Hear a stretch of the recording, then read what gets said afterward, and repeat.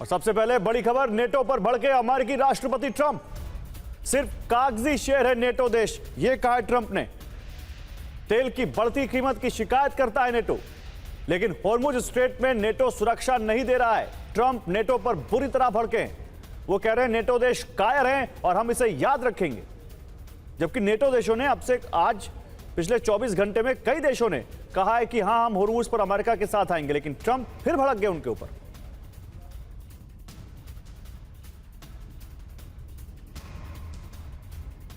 और इजरायल पर ईरान के भीषण हमले जारी हैं। इजरायल के रेहोवोट में ईरान ने हमला किया है। ईरान के हमले का वीडियो सामने आया है।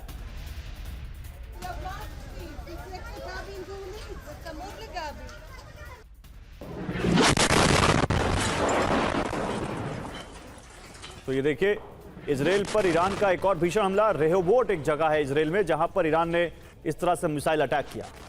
उसका सीसीटीवी फुटेज सामने आया है। और होर्मुज की लहरों पर महायुद्ध सवार हो चुका है। डोनाल्ड ट्रंप का सुपर पावर वाला गुरूर समंदर में डूबता नजर आ रहा है। जिसे होर्मुज पर कब्जे का ख्वाब अमेरिका देख रहा था, वहां ईरान ने अपनी बारूदी बिसात बिछा दी। अमेरिका को यूएसएस अब्राहम लिंकन जैसे महाविनाशक युद्धपोत पीछे हटाने पड़े। अब ईरान होर्मुज में हावी हो चुका है। ईरान ने अल्टीमेटम दे दिया है कि अगर होर्मुज से गुजरना है तो सेफ्टी टोल देना होगा। और अब सवाल उठ रहा है कि क्या होर्मुज में ईरान का ब्लैकमेल टोल अरब में अमेरिका की बादशाहत खत्म होने का संकेत है। यानी युद्ध का सबसे बड़ा खतरा होर्मुज स्ट्रेट बन चुका है। अब अमेरिका और ईरान में होर्मुज पर सबसे बड़ा युद्ध हो सकता है। 39 किलोमीटर के हिस्से पर किसका कब्जा होगा, इसे लेकर दोनों तरफ से बारूदी बारिश होने के आसार हैं। कि हम युद्ध में फ्रंट लाइन पर हैं। स्थिति अमेरिका के पूरी तरह कंट्रोल में है। होर्मुज रूट जल्द खोल दिया जाएगा।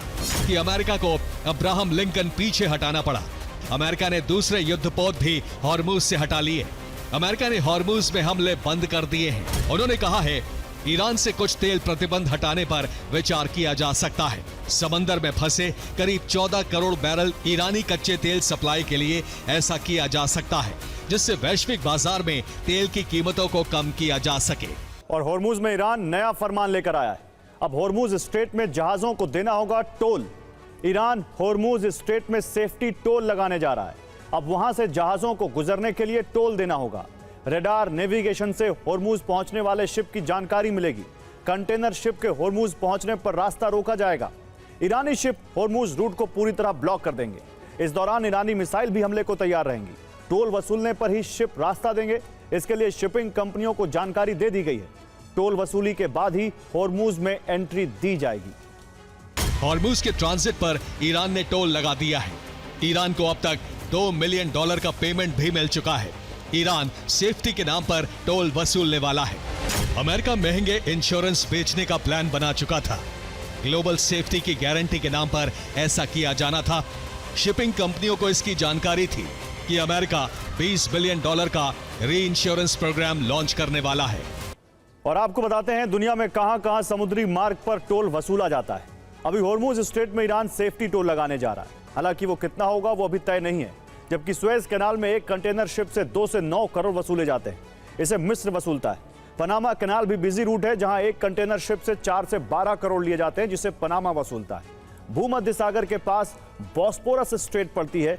यहां से एक कंटेनर शिप को 1 से 2 करोड़ देने होते हैं, जिसे तुर्की वसूलता है।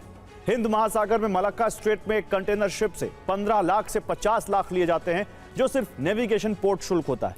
इसे सिंगापुर या मलेशिया अपनी समुद्री सीमा में वसूलते हैं। जापान पर दबाव बना रहा है कि होर्मुज से सी माइंस हटाने के लिए जापान अपने शिप भेजे, जबकि दूसरे नेटो सहयोगियों को भी ऐसा करने के लिए कहा है। इटली, जर्मनी और फ्रांस ने साफ कर दिया है कि वो सिर्फ युद्ध विराम के बाद ही कोई भी सहायता कर पाएंगे। ईरानी विदेश मंत्री अब्बास अरागची ने कहा है कि अमेरिका के साथ ही अगर होर्मुज खोलने में मदद करेंगे तो वो युद्ध अपराध में साझीदार होंगे। और ईरान ने यह साबित कर दिया है कि अरब की सबसे कमजोर नस्ल पर उसका पूरा कंट्रोल है। ट्रंप चाह कर भी कुछ नहीं कर सकते। ईरान के हमलों से उठी शॉक वेव सिर्फ अरब तक सीमित नहीं है, बल्कि दुनिया भर में उसके असर नजर आने शुरू हो गए। कतर सहित कई देशों की तेल और गैस उत्पादन क्षमता पर बुरा असर पड़ा है। हमलों से पहले वाली क्षमता को दोबारा हासिल करने में लंबा वक्त लगेगा। और इसी बीच होर्मुज पर ईरानी मिसाइल बैरियर से भी संकट बढ़ता जा रहा है। ऐसे में अरब के देश इजराइल और अमेरिका इस पर मंथन कर रहे हैं कि कैसे होर्मुज के अलावा गैस सप्लाई के वैकल्पिक रास्ते तैयार किए जाएं। कि सऊदी अरब ने चेतावनी दी है कि अगर ऊर्जा सप्लाई में आ रही रुकावट अप्रैल के अंत तक जारी रहती है तो कच्चे तेल की कीमतें $180 प्रति बैरल को पार कर सकती है। हॉर्मुज बंद होने और वैकल्पिक रास्ते न होने से सप्लाई में कमी आ रही है। आपूर्ति कम होने से बाजार में तेल की भारी किल्लत हो सकती है, जिससे कीमतें बेकाबू होकर $180 या उससे भी ऊपर जा सकती हैं। और 18-19 मार्च को ईरान ने अरब के कई देशों में तेल और गैस ठिकानों पर हमले किए। इन हमलों के बाद कतर के पेट्रोलियम मंत्रालय ने रिपोर्ट जारी की है।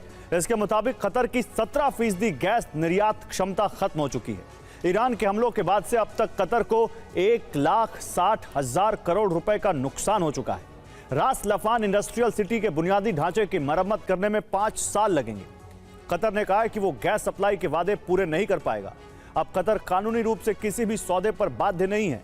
साथ ही ये भी कहा है कि ईरान ऊर्जा का इस्तेमाल हथियार की तरह कर रहा है, जो वॉर क्राइम है, यानी युद्ध अपराध है। यह है मुसंदम नहर, यानी ओमान के मुसंदम पेनिनसुला की जमीन पर हॉर्मुज को बाईपास करते हुए एक नहर तैयार करना, जिससे ईरान के करीब तक जहाजों को जाने की जरूरत ही नहीं होगी। नक्शे को देखें तो ओमान का मुसंदम इलाका एक किले की तरह समुद्र में निकला हुआ है। कुछ जगहों पर फारस की खाड़ी और ओमान की खाड़ी के बीच की दूरी बहुत कम है, तो यहाँ नहर खोदने का प्रोजेक्ट अभी तक एक सपना है। मुसंदम के पहाड़ समुद्र तल से 2000 मीटर से भी ऊंचे हैं। नहर बनाने का मतलब सिर्फ मिट्टी हटाना नहीं होगा, बल्कि पूरे के पूरे पहाड़ को काटना और उखाड़ना होगा। ऊपर से विशाल तेल टैंकरों को निकालने के लिए नहर बहुत गहरी और चौड़ी होनी चाहिए। इसमें खर्च बहुत ज्यादा है। जैसे पनामा नहर के विस्तार में सिर्फ $5 बिलियन लगे थे, मुसंदम नहर का खर्च उससे कई गुना ज्यादा होगा। तो ये वैकल्पिक रास्ते कौन से हैं, इस मॉडल से समझिए। पहला है किरकुक से जयहान पाइपलाइन। ये इराक से तुर्की होते हुए भूमध्य सागर तक पहुंचती है। इसकी क्षमता 16 लाख बैरल प्रतिदिन तेल सप्लाई करने की है। फिलहाल ये अहम लाइन राजनीतिक कारणों से बंद है। इराक तुर्की के बीच डील की कोशिश की जा रही है। माना जा रहा है कि डील होते ही 2 लाख बैरल प्रतिदिन सप्लाई यहां से शुरू हो सकती है। इस तरह से लाइन होर्मुज का पहला बाईपास बन सकती है। इससे इराक का तेल सीधे भूमध्य सागर पहुंचेगा और वहां से यूरोप तक जा सकता है। दूसरा वैकल्पिक रास्ता है बसरा से अकाबा पाइपलाइन, जो कि प्रस्तावित है। यह इराक से जॉर्डन और वहां से लाल सागर तक जाएगी, यानी लाल सागर से सीधा कनेक्शन होगा। लेकिन इस पर यमन से हूती का खतरा बरकरार रहेगा। हालांकि इस पुराने प्रोजेक्ट को शुरू करने पर विचार किया जा रहा है। अगला वैकल्पिक रास्ता है सऊदी ईस्ट वेस्ट पाइपलाइन। यह अबकैक से यानबू पोर्ट तक जाती है। इसकी क्षमता 5 से 7 मिलियन बैरल प्रतिदिन सप्लाई करने की है। रिपोर्ट यह है कि सऊदी ने पूरी क्षमता के साथ इस पाइपलाइन का प्रयोग शुरू कर दिया है। इस पाइपलाइन का कनेक्शन सुएज नहर, लाल सागर, केप ऑफ गुड होप से होते हुए दुनिया को जोड़ता है। तो एक तरफ ट्रंप ईरान की नेवी, एयर डिफेंस और पूरी एयरफोर्स के तबाह होने का दावा कर रहे हैं, वहीं दूसरी ओर पहली बार अमेरिका के सबसे महंगे स्टेल्थ फाइटर जेट F-35 पर हमला हुआ है। ईरान के एयर डिफेंस ने F-35 को हिट करने का दावा किया है। खाड़ी से लेकर इजराइल तक पूरा इलाका रिंग ऑफ फायर में बदल चुका है। ईरान के रास्ते ड्रोन और बैलिस्टिक मिसाइलें खाड़ी देशों के एयर डिफेंस सिस्टम को थका रही हैं। अमेरिका के साथी देश भी अब चेतावनी दे रहे हैं कि अगर ये जंग इसी तरह 1 महीने और चलती रही तो यूरोप से लेकर मिडिल ईस्ट तक के हथियार डिपो खाली हो जाएंगे और अमेरिका कई साल तक किसी से युद्ध लड़ने की हालत में नहीं रह जाएगा। खबर है कि 19 मार्च को ईरान के एयर डिफेंस ने F-35 स्टेल्थ जेट को हिट कर दिया। अमेरिका का दावा है कि जेट इमरजेंसी लैंडिंग करके बेस पर उतरा है, लेकिन ईरान का कहना है कि F-35 क्रैश हो गया। इसके अलावा एक और F-35 फाइटर जेट भी बंदर अब्बास के ऊपर हिट हुआ है और उस जेट को मिडिल ईस्ट के एक एयरबेस पर इमरजेंसी लैंडिंग करनी पड़ी। इसके अलावा बहरीन में इंटरसेप्शन के बाद गिरे बैलिस्टिक मिसाइल के टुकड़ों से वेयरहाउस में आग लग गई। कुवैत में सीधे तेल रिफाइनरी पर ड्रोन हमला हुआ। मीना अल अहमदी रिफाइनरी में आग लग गई, जिसकी वजह से ऑपरेशन रोकना पड़ा।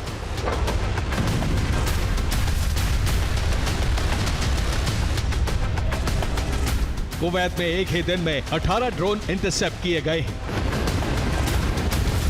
सऊदी अरब में सिर्फ 30 मिनट में 11 ड्रोन गिराए जाने का दावा किया है। प्रिंस सुल्तान एयरबेस तक ईरान के निशाने पर आ गया है। इराक में अमेरिकी बेस के पास धमाके हुए हैं। एरबिल के अल हरीर बेस को टारगेट किया गया है। इसके अलावा जॉर्डन के उत्तरी इलाकों में भी विस्फोट हुए हैं। अब ये रिंग ऑफ फायर देखिए। सबसे पहले यूएई, यहां दर्जनों मिसाइल और ड्रोन इंटरसेप्ट हुए हैं। दुबई में भी धमाके हो चुके हैं। अल दफरा एयरबेस को निशाना बनाने की कोशिश हुई है। अब बहरीन, जहां 375 से ज्यादा हमले और इंटरसेप्शन हुए, 240 से ज्यादा ड्रोन, 135 से ज्यादा मिसाइलें रोकी गई। कुवैत में अब तक कुल 700 से ज्यादा हमले हुए हैं। 285 मिसाइल, 500 से ज्यादा ड्रोन इंटरसेप्ट हुए हैं और सिर्फ 24 घंटे में 18 ड्रोन गिराए गए।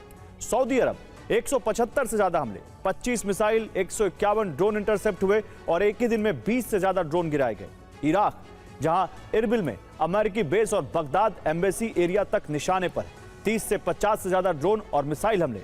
जॉर्डन, 78 से ज्यादा इंटरसेप्शन, 18 बैलिस्टिक मिसाइल, 60 से ज्यादा ड्रोन रोके गए। और इजराइल, जहां 1000 से ज्यादा हमले, 390 मिसाइल, 600 ड्रोन और 2000 से ज्यादा प्रॉक्सी फ्रंट से हमले हुए। अब ये दूसरी तस्वीर देखिए। अमेरिका एक साथ 3 मोर्चों पर फंसा हुआ है। यूक्रेन की जंग अभी खत्म नहीं हुई है। ईरान से छिड़ी जंग में खाड़ी के देशों में अमेरिकी बेस खतरे में आ गए और इजराइल को बचाने में भी अमेरिका का बजट खर्च हो रहा है। इसलिए सुपर पावर पर दबाव बढ़ता ही जा रहा है। यूएई में ईरान चुन चुन कर अमेरिकी एयरबेस पर हमला कर रहा है। बहरीन में अमेरिकी नौसैनिक बेस निशाने पर हैं। कुवैत में बड़े अमेरिकी निवेश वाली तेल रिफाइनरियों तक ईरानी ड्रोन और मिसाइलें पहुंच रही हैं। इराक में अमेरिका के ग्राउंड बेस पर हमले हो रहे हैं। जर्मनी की डिफेंस कंपनी राइन मेटल के सीईओ ने साफ चेतावनी दी है कि अगर जंग 1 महीने और चली तो यूरोप, अमेरिका और मिडिल ईस्ट के पास मिसाइलें लगभग खत्म हो जाएंगी। अमेरिकी सेना ने इस जंग के लिए 200 बिलियन यानी 20,000 करोड़ डॉलर की मांग की है, लेकिन कांग्रेस में ही इसका विरोध शुरू हो गया। डेमोक्रेट्स ही नहीं, अब रिपब्लिकन भी इतने खर्च को लेकर सवाल उठा रहे हैं। ईरान से जंग में सुपर पावर को रोज झटके लग रहे हैं। जंग में अमेरिका का नुकसान बढ़ता ही जा रहा है। ब्लूमबर्ग के मुताबिक जंग शुरू होने के बाद से अब तक कम से कम 16 अमेरिकी सैन्य विमान तबाह हो चुके हैं, जिसमें F-15 जैसे फाइटर जेट और KC-135 जैसे रिफ्यूलिंग एयरक्राफ्ट भी शामिल हैं। इसके अलावा 10 से ज्यादा MQ-9 रीपर ड्रोन, जो अमेरिका की निगरानी और हमले की रीढ़ माने जाते हैं, उन्हें भी गिराया गया है। और सबसे बड़ा सदमा F-35 स्टेल्थ फाइटर जेट, जिसे अमेरिका की सबसे एडवांस ताकत माना जाता है, वो भी इस जंग में नुकसान झेल चुका है। यानी तस्वीर साफ है, जंग अब एक तरफा नहीं, अमेरिका भी इसकी कीमत चुका रहा है। IRGC के सैन्य कमांड ने चेतावनी दी है कि क्षेत्र के एनर्जी इंफ्रास्ट्रक्चर खतरे में है। अरामको संभावित टारगेट हो सकता है और इजरायल उसे जंग फैलाने की साजिश के तौर पर इस्तेमाल कर सकता है।